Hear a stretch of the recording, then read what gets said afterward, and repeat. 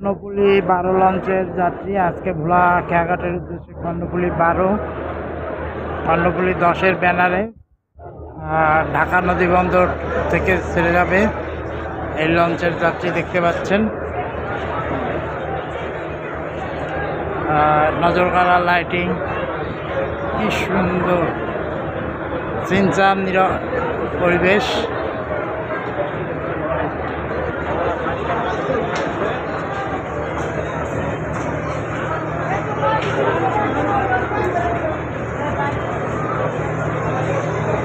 নিস্তালার যাত্রী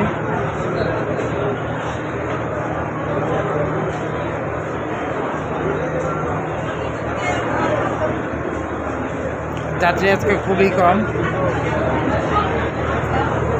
দেখা যাচ্ছে।